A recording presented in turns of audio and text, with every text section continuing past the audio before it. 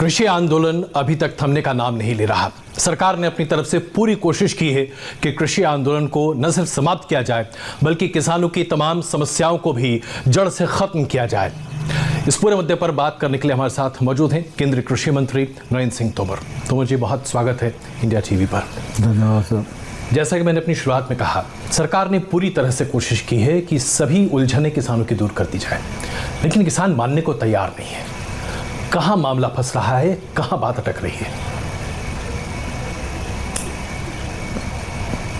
किसान आंदोलन से पहले भी और आंदोलन शुरू होने के बाद भी लगातार सरकार किसान यूनियन के साथ वार्ता में है। जी, हम लोगों ने 14 अक्टूबर को वार्ता की, 13 नवंबर को की, फिर 1 दिसंबर को की, 3 दिसंबर को की, 5 दिसंबर को की। और हमारी कोशिश थी कि किसान यूनियन के लोग यह बताएं कि इन कानूनों का कौन सा प्रावधान किसान के विरुद्ध जाता है। जी, लेकिन यूनियंस के लोग कुछ सहमत होते, कभी नहीं होते, और कुल मिला के आखिरी में इस बात पर आ जाते कि तीनों एक्ट को रिपील करो। मैंने बार बार ये कहा कि भाई पूरे एक्ट में खराबी नहीं होती जी, किसी न किसी प्रावधान से ही अगर दिक्कत है तो उस पर सरकार विचार करने को तैयार है। 3 दिसंबर तक जब ये बात नहीं बनी तो फिर उनकी चर्चा के दौरान जो बिंदु मुझे ध्यान में आए जी, तो मैंने अपनी तरफ से उनके सामने रखे। मैंने कहा कुल मिला के मुझे ये लगता है कि भाई आपको लगता है कि एपीएमसी कमज़ोर हो जाएगी, जी, आपको लगता है ट्रेडर का रजिस्ट्रेशन नहीं है इसलिए अमानत में खयानत हो जाएगी, आपको लगता है कि एसडीएम तक न्याय की व्यवस्था देने के लिए कहा है, जुडिशली का अधिकार भी होना चाहिए। दूसरा आपने फराली का विषय उठाया, कॉन्ट्रैक्ट फार्मिंग का जो एग्रीमेंट होगा उसको रजिस्ट्रेशन का विषय उठाया, जी, इलेक्ट्रिसिटी का एक्ट वाली बात भी आपने कही। तो मैं कहा ये कुल मिला के मुद्दे मुझे ध्यान में आते हैं, इसके अलावा कोई मुद्दा ध्यान में आता हो तो आप बताओ। जी, तो 3 दिसंबर को शाम को बैठक इस पर स्थगित हुई कि कुल मिला के ये मुद्दे तो वही हैं जिनके बारे में हम लोग चर्चा कर रहे हैं। तो ये हुआ कि भाई 5 तारीख को दोबारा बैठेंगे और दोबारा फिर आप भी तैयारी करके आओ कि इनका निराकरण कैसे हो सकता है, और हम लोग भी अपने अधिकारियों के साथ बैठकर बात करेंगे। 5 को जब आए तो फिर सब लोग तय करके आए कि हम तो क्लॉज बाई क्लॉज बात नहीं करेंगे। काफ़ी देर तक बातचीत होती रही, फिर उन लोगों ने चुप्पी साध ली। तो फिर बैठक को हम लोगों ने आगे बढ़ाया कि भाई ठीक है, हम लोग आपको कुछ इस मामले में समाधान क्या हो सकता है वो देंगे। फिर एक बैठक और हुई और उस बैठक में ये बात हुई कि हम सरकार रिस्पॉन्ड कर दे। तो हम लोगों ने क्लॉज में जो चर्चा के दौरान उनकी आपत्तियां आई थी, यद्यपि ये एक्ट बहुत ही विचारपूर्वक, योजनापूर्वक किसानों के जीवन स्तर में बदलाव लाने के लिए, खेती के पूरे काम को एकदम बंदिशों से मुक्त करने के लिए, किसान महंगी फसलों की ओर आकर्षित हो सके, किसान टेक्नोलॉजी से जुड़ सके, किसान के खेत तक निजी निवेश पहुंच सके, किसान वैश्विक मानकों के अनुसार खेती कर सके, उसको अच्छा बीज मिल सके, अच्छा खाद मिल सके, बुआई से पहले ही उसको मूल्य की गारंटी मिल सके, ऐसी नीयत से इन बिलों को लेकर आए। जी, फिर भी मैंने कहा कि कुल मिला के अगर एपीएमसी के मामले में आपका कोई आपत्ति है तो हम तो चाहते हैं कि भाई किसान के उत्पादन पर कोई टैक्स नहीं लगना चाहिए, क्योंकि व्यापारी जब किसान से खरीदता है तो टैक्स को माइनस करके ही भाव लगाता है। लेकिन अगर बिना टैक्स के होगा तो उसका फ़ायदा किसान को ही मिलेगा। लेकिन एपीएमसी को हमने ख़त्म नहीं किया क्योंकि ये एक्ट एपीएमसी को अतिक्रमित नहीं करता है।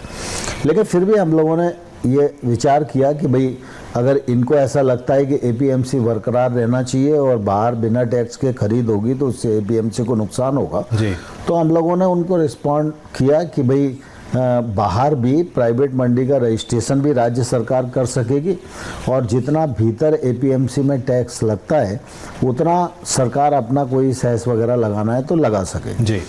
इसी प्रकार से उनका विषय था कि एसडीएम बहुत छोटा अधिकारी होता है, न्याय नहीं मिल पाएगा। हम लोग की मान्यता थी कि एसडीएम किसान के सबसे नज़दीक की इकाई है जिसको मजिस्ट्रेटियल पावर है। कोर्ट में अगर किसान जाएगा तो छोटे विषय को लेके भी कोर्ट में टाइम उतना ही लगता है और न्यायालय को हम कोई निर्देश नहीं दे सकते आप 10 दिन में फैसला करिए, 20 दिन में करिए।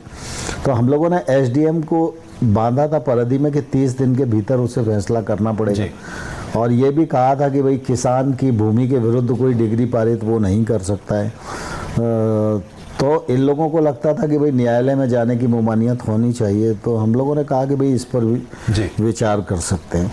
हम लोगों ने बहुत विश्वास के साथ इस एक्ट को बनाया था क्योंकि सामान्य तौर पर जब कोई कानून बनता है तो उस कानून में इतनी बंदिशें लगा दी जाती हैं जिसके कारण व्यापार करना मुश्किल हो जाता है। तो अब हमारा लोकतंत्र 73 वर्ष का हो गया है तो हमको हर आदमी को बेईमानी नहीं मानना चाहिए, थोड़ा विश्वास से शुरू करना चाहिए। तो हम लोगों ने कहा कि भाई पैन कार्ड भी जिसके पास होगा वो भी खरीद कर सकेगा। इनको लगता था कि पैन कार्ड तो बहुत लोगों के पास होते हैं और अगर पैन कार्ड पर खरीद लेगा और फिर वो पैसा नहीं दिया तो दिक्कत हो जाएगी। तो हमने कहा भाई इसमें भुगतान 3 दिन के भीतर हो, ये भी प्रावधान हम लोगों ने किया है। नहीं तंवर जी, जो आज फार्मर्स की लॉबी की तरफ से जो आवाज़ उठ रही है वो ये कहा जा रहा है कि अब सरकार ने व्यापार शब्द का इस्तेमाल किया है। तो सरकार खेती को व्यापार के तौर पर लोगों के लिए खोलना चाहती है और इसीलिए सरकार ये सब कुछ कर रही है। बेसिकली आपकी मंशा पर, आपकी नीयत पर, आपकी साख पर सवाल उठा रहे हैं और सब नहीं, कुछ चुनिंदा लोग, मैं उनके नाम भी लूँगा। लेकिन पहले मैं आपसे पूछना चाहता हूँ, क्या ये आरोप सही है? नहीं, मैं समझता हूँ ये आरोप पूरी तरह मिथ्या है। देखिए, किसान और व्यापारी ये दोनों एक दूसरे के पूरक हैं। किसान और इंडस्ट्री ये दोनों एक दूसरे के पूरक हैं। जब इस प्रकार की बात कही जाती है तो इसका परिणाम ये होता है कि लोग किसान को उठने ही नहीं देना चाहते, किसान को समृद्धि नहीं होना देना चाहते जी। जब तक किसान के खेत तक निजी निवेश नहीं पहुंचेगा तब तक उसके घर में समृद्धि नहीं आएगी। हम सब जानते हैं कि जब देश आज़ाद हुआ तो जीडीपी में 50% योगदान खेती का था जी। लेकिन धीरे धीरे निजी निवेश बाकी क्षेत्रों में आया, बहुत सारे रिफॉर्म बाकी क्षेत्रों में हुए, बीच बीच में बहुत सारी नीतियां बनी और खेती का जीडीपी में योगदान कम होता गया और बाकी क्षेत्रों का बढ़ता गया क्योंकि वहाँ निजी निवेश इन्वॉल्व था और खेती में निजी निवेश का अभाव था। और इसलिए इस एक्ट के पीछे हमारी ये मंशा है कि कुल मिला के जो मोदी जी ने एमएसपी को 1.5 गुना किया, 10,000 नए एफपीओ बनाने का काम हम कर रहे हैं, 1 लाख करोड़ रुपए का इंफ्रास्ट्रक्चर कृषि के क्षेत्र में, fisheries, animal husbandry, food processing, मधुमक्खी पालन, हर्बल खेती सब मिला के देखें तो एलाइड सेक्टर को भी जोड़ें तो 1.5 लाख करोड़ रुपए का इन्वेस्टमेंट ग्रामीण क्षेत्र में होएगा। अब ये इन्वेस्टमेंट गाँव तक पहुँचे तो उसके लिए अगर कानूनी रिफॉर्म की जरूरत है तो कानूनी रिफॉर्म होना चाहिए। बिल्कुल। और ये कानूनी रिफॉर्म से किसान के लिए रास्ते खुलेंगे, उसके उत्पादन का उसको वाजिब मूल्य मिल सकेगा, इंफ्रास्ट्रक्चर होगा तो गांव में वो अपने उत्पादन को रोक सकेगा। तो लेकिन इसका विरोध कर कौन रहे हैं? करेंगे इसका विरोध कर कौन रहे हैं? जो लोग विरोध कर रहे हैं, जो तस्वीरें दिख रही हैं, जो पोस्टर्स दिख रहे हैं, उसमें कई ऐसे नाम हैं जो फिलहाल जेल में हैं, वो तथाकथित तौर पर देश विरोधी गतिविधियों के लिए जेल में हैं। कई ऐसे नाम हैं जैसे शर्तलिमान या तमाम ऐसे लोग जो सीएए के समय विरोध प्रदर्शन करते दिखाई दे रहे थे। ये लोग क्या किसान हैं? क्या इनका विरोध करना सही है? देखिए, मैं भारत सरकार का मंत्री हूँ जी। शुरुआत किसान और किसान आंदोलन से हुई और इसलिए मैं इसको किसान आंदोलन की दृष्टि से ही देखता हूँ। हम सब जानते हैं कि किसान और खेती दोनों भारत सरकार की और देश की प्राथमिकता है जी। और इसलिए मैंने अभी तक इसको और किसी नज़र से देखने की कोशिश नहीं की। लेकिन दुर्भाग्य के साथ मुझे ये कहना पड़ता है कि जब मैं मीडिया में ये खबरें सुनता हूँ कि उसमें गलत प्रकार के तत्व शामिल हो रहे हैं जी। आज मैंने ये दैनिक भास्कर अखबार जो है इसको सवेरे पढ़ा तो इसमें किसान आंदोलन में देखिए दिल्ली दंगों के आरोपियों के पोस्टर और रिहाई की मांग, अब ये जो फोटो और तख्तियां दिख रही हैं, हम सब इस बात को भलीभांति जानते हैं कि अगर ये तत्व और इस प्रकार की मानसिकता किसानों के कंधे पर बंदूक रख के अपना गोली चलाने की कोशिश कर रही है, तो मैं समझता हूँ किसानों के साथ ये घोर अन्याय है और किसान को और किसान यूनियन को इस से पूरी सावधानी बरतना चाहिए। मैं आपके माध्यम से तो जी मैं आपको अपने हमारे इंडिया टीवी पर हमने चाहता हूँ, ये देखिए, ये आप तस्वीर देख रहे हैं, ये हमने इंडिया टीवी पर दिखाई हैं। ये तमाम तस्वीरें मैं अपने फ़ोन में आपको अभी दिखा रहा हूँ। सबसे पहले हमने इस खबर को सामने प्रदर्शित किया कि किस तरह से वो तमाम लोग शामिल हैं इस पूरे आंदोलन में, जो शायद किसान किसी तरीके से कहे नहीं जा सकते। इसके साथ साथ जैसा कि मैंने आपसे कहा था, मैं कुछ नाम आपके सामने रखना चाहता हूं। मैं चाहता हूं कि आप टिप्पणी करें और बताएं कि क्या ये लोग किसी तरीके से किसान के तौर पर माने जाएंगे। जैसे कि दर्शन पाल जी, ये CPI-M से जुड़े हुए हैं। हनन मोला जी, इनका भी संपर्क CPI-MN से है। अक्षय कुमार जी हैं, ये भी उड़ीसा में है, वहाँ पर बहुत सारा काम करने की कोशिश करते हैं, NGO चलाते हैं। कविता कुरुगंती जी हैं, ये भी NGO चलाती हैं। योगेंद्र यादव स्वराज पार्टी के हैं। जगमोहन सिंह पटियाला जी हैं, ये BKU से हैं, CPI-MM से इनका भी जुड़ाव है। किरणजीत सेखों जी हैं, ये भी CPI-M से जुड़े हुए हैं। प्रेम सिंह वंगू जी हैं, ये भी CPI-M से जुड़े हुए हैं। मैं पूछना चाहता हूं आपसे, ये तमाम लोग हैं जो अपने आप को किसान कहते हैं, किसान नेता के तौर पर आंदोलन में शामिल हैं, ये कौन लोग हैं? मैं समझता हूँ जो नाम आपने बताए हैं, ये घोषित रूप से वामपंथी दलों से जुड़े हुए लोग हैं और मैं आपके माध्यम से इनको भी पूछना चाहता हूं और देश के किसानों को भी कहना चाहता हूं, वामपंथी दलों की भी सरकार पश्चिम बंगाल में एक लंबे समय तक रही। मैं पूछना चाहता हूं कि वामपंथी सरकार के 15-20 साल रहते हुए भी क्या गरीबी समाप्त करने में उन्होंने कोई सफलता प्राप्त की? खेती किसानी के क्षेत्र में पश्चिम बंगाल आगे बढ़ा?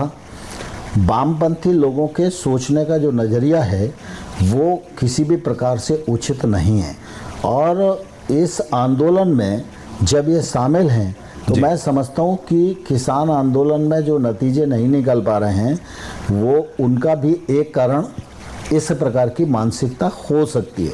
लेकिन मैंने इस दृष्टि से कभी टिप्पणी इसलिए नहीं की कि मैं कृषि मंत्री के नाते किसानों से ही बात कर रहा हूं और किसान ही आंदोलन में हैं, लेकिन इस प्रकार के लोग अगर किसान के कंधे पर रखकर बंदूक चलाना चाहते हैं तो मैं समझता हूं ये किसानों के साथ घोर अन्याय है और किसानों को इससे सावधानी बरतनी चाहिए।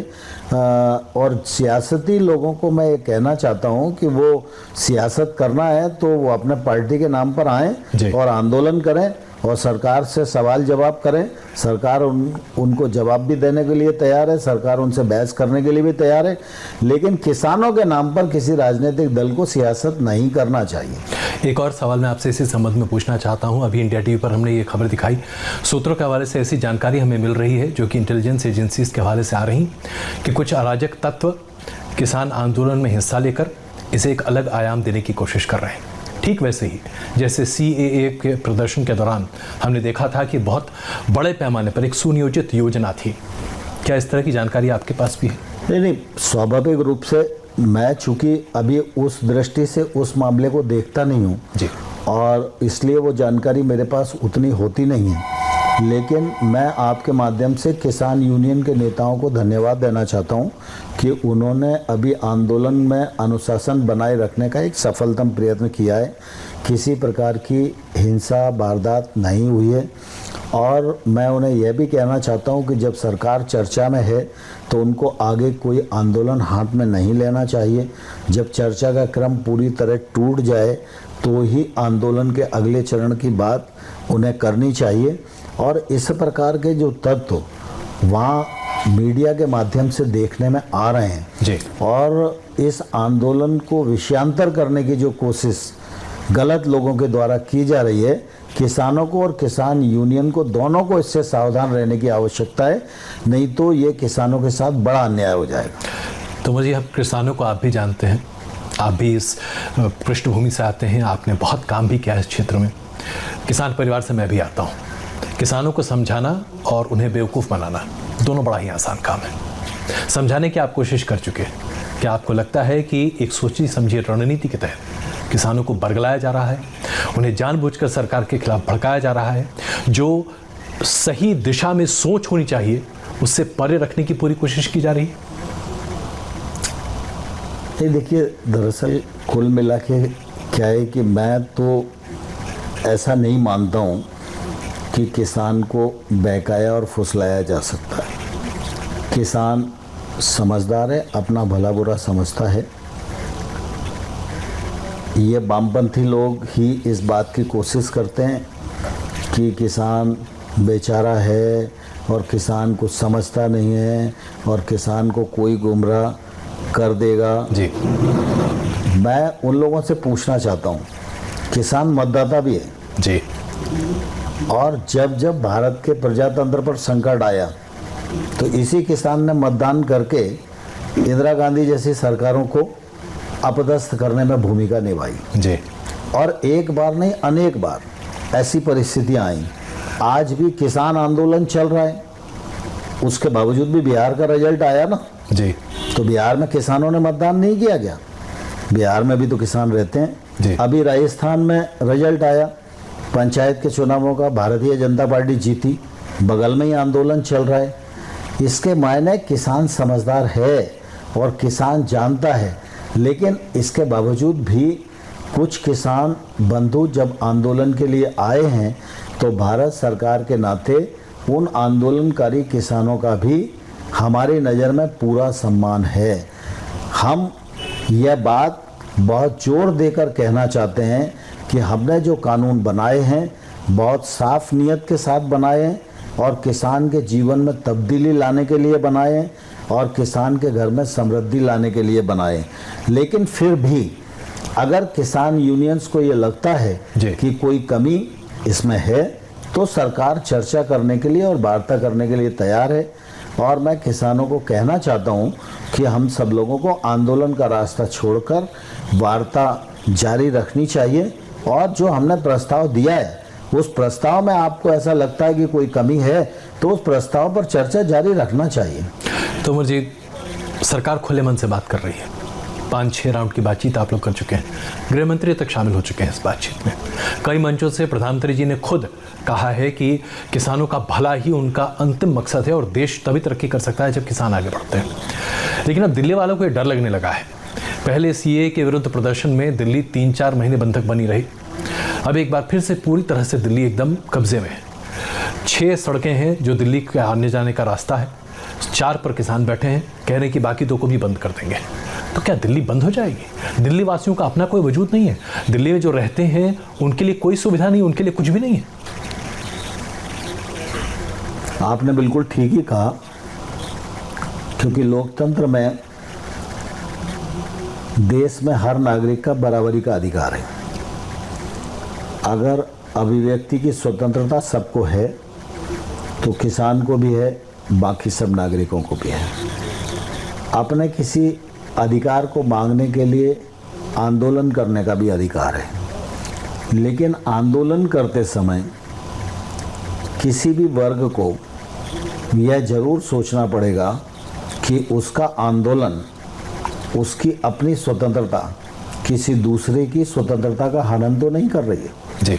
आज अगर किसान आंदोलनरत हैं, यातायात अवरुद्ध है, तो जो किसान बुजुर्गावस्था के हैं या छोटी अवस्था के हैं वो सर्दी में बैठे हुए हैं, कोविड का संकट है, उनके जीवन को भी खतरा हो सकता है। लेकिन उनके आंदोलन के कारण यातायात अवरुद्ध है, उसके कारण अर्थव्यवस्था को दिक्कत हो रही है, उसके कारण नागरिकों को यातायात में दिक्कत हो रही है, जीवनचर्या में दिक्कत हो रही है, मौलिक और आवश्यक वस्तुओं की आवाजाही में तकलीफ हो रही है। तो मैं आशा करता हूं कि किसान यूनियन के लोग इस विषय को भी उतनी ही जवाबदेही के साथ लेंगे जी। जितनी जवाबदेही के साथ वो अपने विषयों के लिए आंदोलनरत हैं और वो रास्ता निकालने की कोशिश करेंगे। तोमर जी, आपने कोरोना का जिक्र किया, इसलिए सवाल लाजमी बनता है। हम सब जानते हैं कि मास्क बहुत ज़रूरी है, कम से कम 2 मीटर की दूरी बहुत आवश्यक है। जिस स्थिति में किसान आज रह रहे हैं और प्रदर्शन कर रहे हैं दिल्ली की सीमा पर, कोरोना का खतरा तो बहुत बड़ा है। ये बात किसान समझ नहीं रहे क्या? मैंने तो वार्ता के दौरान भी उन सब यूनियंस के लोगों को आग्रह किया था कि जिन लोगों की आयु 60 वर्ष से ऊपर है और जो छोटे बच्चे हैं, कृपा करके आप कम से कम ये 2 वर्ग के लोगों को घर जाने के लिए कहिए जी। और अगर आवश्यकता है तो संख्या बढ़ाने के लिए किसी और को बुलाना है तो आप ज़रूर बुला लीजिए, लेकिन कम से कम बुजुर्ग और बच्चे जी। घर जाएं। जी। ये मानवीय दृष्टिकोण के आधार पर हम लोगों को आग्रह करना चाहिए। मैंने प्रेस में भी बोला जी। उन लोगों ने भी प्रेस में बोला, लेकिन उन्होंने उनको जाने के लिए नहीं कहा। लेकिन मैं समझता हूँ कि कोविड का विश्वव्यापी संकट है, अभी वैक्सीन आया नहीं है। प्रधानमंत्री रोज़ रोज़ कह रहे हैं जब तक दवाई नहीं तब तक ढिलाई नहीं। जी। मास्क ज़रूरी है, 2 गज की दूरी बनाए रखना ज़रूरी है। तो कोविड के प्रोटोकॉल का पालन करना चाहिए और मुझे लगता है कि किसान भी इसको अपनी जवाबदेही समझें तो ये उनके जीवन के लिए भी ठीक है और उनसे जुड़े हुए लोगों के जीवन बचाने के लिए भी ठीक है। अब आ जाते हैं मूल सवाल पर। आपको लगता है कि समाधान सामने है? आपको लगता है कि किसान आपकी बात समझेंगे? क्योंकि जिस तरह से एक जड़ मानसिकता सामने दिखाई दे रही है, कानून रद्द कीजिए, इसके अलावा कुछ भी मंजूर नहीं है, तब तो रास्ता निकलेगा ही नहीं। मैं समझता हूँ कि सरकार की जो भावना है उसको आम किसान समझ रहा है और किसान तो सिर्फ पंजाब और हरियाणा में ही नहीं है, किसान तो देश भर में है जी। और किसान का सम्मान रखते हुए एपीएमसी के सवाल पर, जुडिशरी के सवाल पर, ट्रेडर के रजिस्ट्रेशन के सवाल पर, फलारी के सवाल पर, इलेक्ट्रिसिटी एक्ट के सवाल पर, फार्मिंग एग्रीमेंट के रजिस्ट्रेशन के सवाल पर, जितना भी हम लोगों ने रिस्पॉन्ड उन यूनियंस को किया है, मुझे लगता है कि किसान इस पर सकारात्मक रूप से विचार कर रहे हैं। कुछ लोग हैं जी जो सिर्फ रिपील करने की बात करते हैं, उनके बारे में एक ही अंदाज लगाया जा सकता है, या तो जानबूझ के वो रिपील की बात कर रहे हैं क्योंकि रिपील करने के लिए उनके पास कोई तर्क नहीं है और कानून बहुत अच्छा है, कानून के प्रावधान ठीक हैं, लेकिन रिपील करो ये हमारी प्रतिष्ठा से जुड़ गया है, तो इसका तो मेरे पास कोई इलाज है नहीं। मैं तो कृषि मंत्री हूँ। भारत सरकार किसानों की बहबूदी और उनकी समृद्धि के लिए काम कर रही है। मोदी जी के नेतृत्व में पूरी प्रतिबद्धता के साथ भारत सरकार किसानों की आमदनी दोगुनी करने के लिए लगी हुई है। मोदी जी ने इन 6 वर्षों में अनेक सुधार किए हैं, कृषि के क्षेत्र को काफ़ी बलवान बनाया है, कृषि के मंत्रालय के बजट को भी बढ़ाया है। अब आप देखिए कि किसान की आय बढ़ाने के लिए एक मुश्त 75,000 करोड़ रुपया एक साल में पीएम किसान सम्मान निधि के माध्यम से मोदी सरकार किसान के खाते में भेजने का काम कर रही है। पीएम किसान मानधन योजना के माध्यम से 60 वर्ष की आयु के बाद किसान को 3,000 रुपया मासिक पेंशन मिले, उसको किसी दूसरे का मोहताज न रहना पड़े, इस दिशा में काम कर रही है। पहले किसान को 7 लाख करोड़ के आसपास ऋण मिलता था, मोदी जी ने उसको बढ़ाकर 15 लाख करोड़ रुपया ऋण का प्रवाह किसान के क्षेत्र में हो, यह सुनिश्चित किया है। फरवरी से लेकर अभी तक 1 करोड़ से अधिक लोगों को नया केसीसी अभियान के अंतर्गत हम लोगों ने देने का काम किया है। इसके अंतर्गत 1 लाख करोड़ रुपया अभी किसान के पास पहुंचा है, कोविड के समय से लेके अभी तक। तो क्या ऐसा है कि एक तबका है हमारे देश में जो प्रधानमंत्री मोदी की अगुवाई में किए गए इन तमाम बदलाव को, किसान सुधारों को देखने को तैयार नहीं है? उसके लिए सिर्फ एक मकसद है, किसी तरीके से मोदी हटाओ, मोदी के तमाम कार्यक्रमों को नस्नाबूद कर दो, सब कुछ वापस कर दो, सब कुछ वापस कर दो, यही एक ध्येय है क्या लोगों का? मैं इसीलिए कहना चाहता हूं कि प्रधानमंत्री नरेंद्र मोदी जी को कुछ पार्टियों ने प्रधानमंत्री नहीं बनाया, देश के करोड़ों करोड़ लोगों ने बनाया। देश की गरीब जनता, गांव में रहने वाले किसानों ने नरेंद्र मोदी जी को प्रधानमंत्री बनाया। और दुनिया इस बात को जानती है कि नरेंद्र मोदी जी का अपना कुछ नहीं है। नरेंद्र मोदी जी का कृतित्व, व्यक्तित्व, उनके जीवन का एक एक पल, एक एक क्षण, यह भारत और भारत की जनता और भारत को आगे बढ़ाने के लिए पूरी तरह समर्पित है जी। और इस समर्पण और उनके दृढ़ संकल्प के परिणाम स्वरूप देश भी आगे बढ़ रहा है, देश की साख भी दुनिया में आगे बढ़ रही है और मोदी जी की लोकप्रियता भी बढ़ रही है।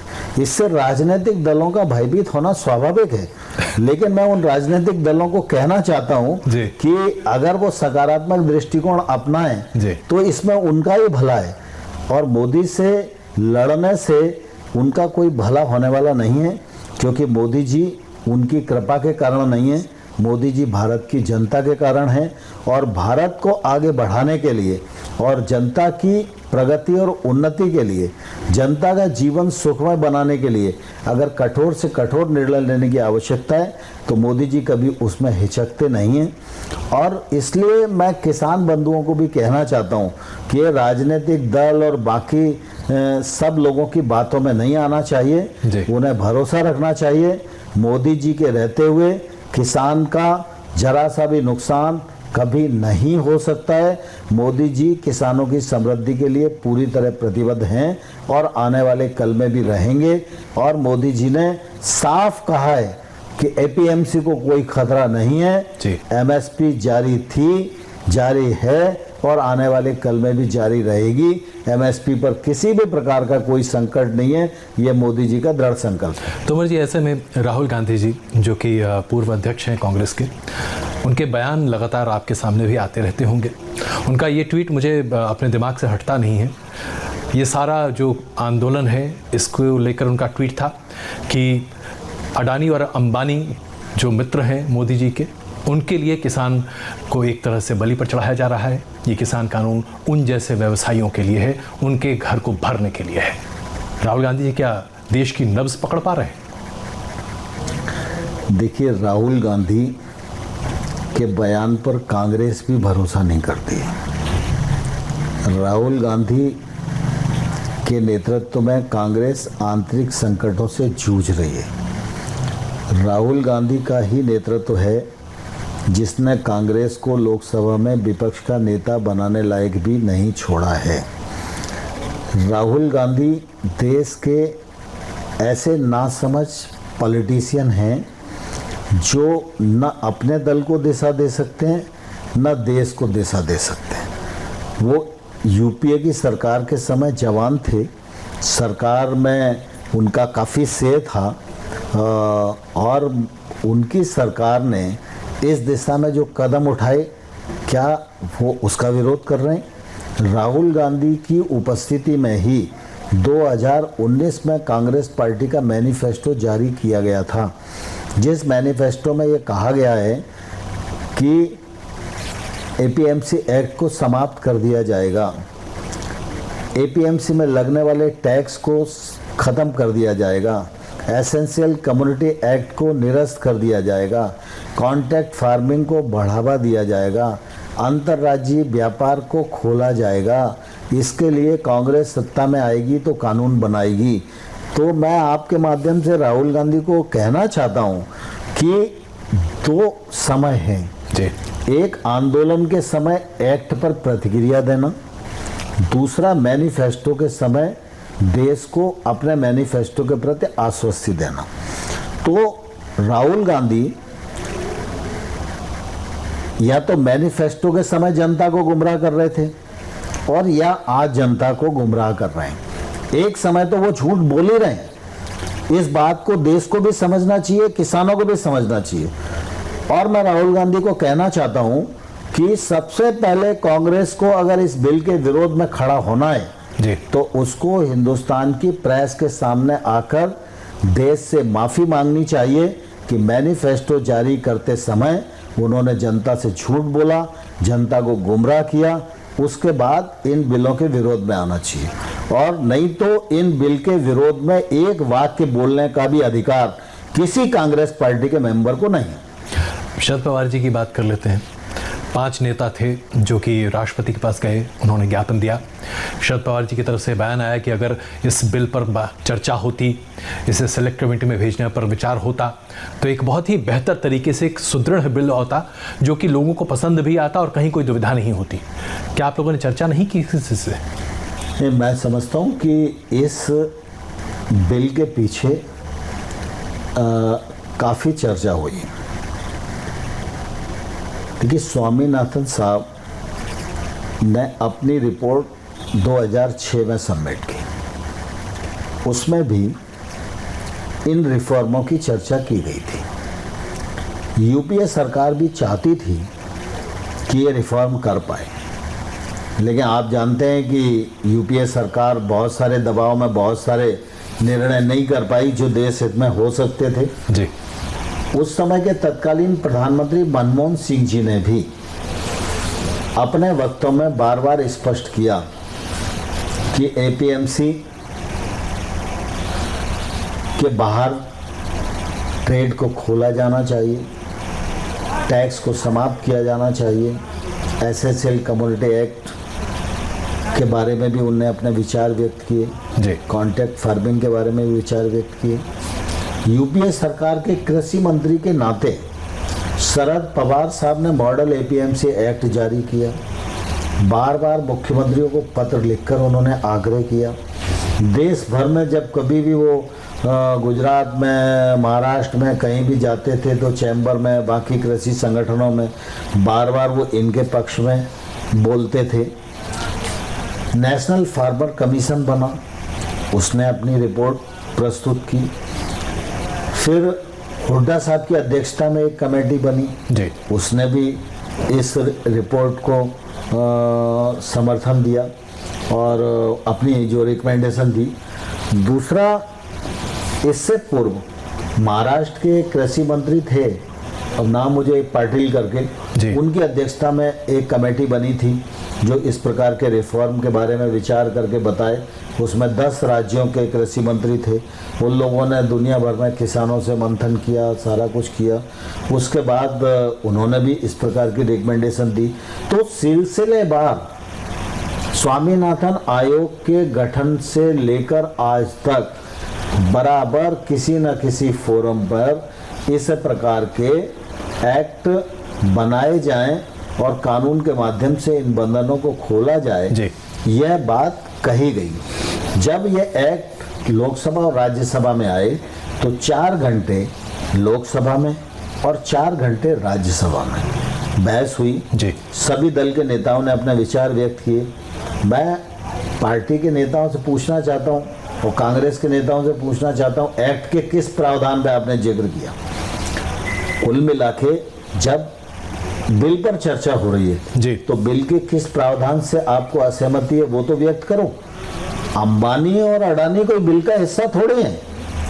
अंबानी और अडानी राहुल गांधी के प्रेमी हो सकते हैं, इसलिए जब भी देखो तो सोते जगते उन्हीं का नाम उनको याद आता है। भारत सरकार की प्राथमिकता पर गांव, गरीब और किसान है और मोदी सरकार उसके लिए प्रतिबद्ध है और आगे भी रहेगी। हालांकि मैं जानता हूं आपका कार्यक्षेत्र नहीं है, बस 2 टूक, क्योंकि मेरे पास वक्त बहुत कम है।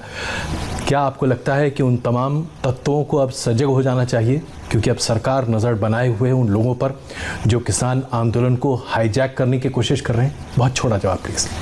गलत तत्वों पर सरकार की निगाह पूरी तौर पर है। गलत तत्वों से किसानों को और किसान यूनियन को पूरी सावधानी बरतना चाहिए। ये आंदोलन को नुकसान पहुंचाने के लिए आप सबके बीच में हैं, इसलिए किसान और किसान यूनियन पूरी सावधानी बरते और गलत तत्वों का जहां तक मामला है तो सरकार निपटने के लिए सक्षम है। बहुत धन्यवाद तोमर जी हमसे बात करने के लिए, और इसमें कोई शक नहीं कि आपने जो अभी बातें कही हैं कम से कम उन लोगों तक ज़रूर पहुंच रही होंगी जो इस आंदोलन को हाईजैक करके किसानों का भला तो नहीं लेकिन शायद अपना उल्लू सीधा करने की पूरी कोशिश कर रहे हैं। बहुत धन्यवाद। चलिए, बहुत धन्यवाद।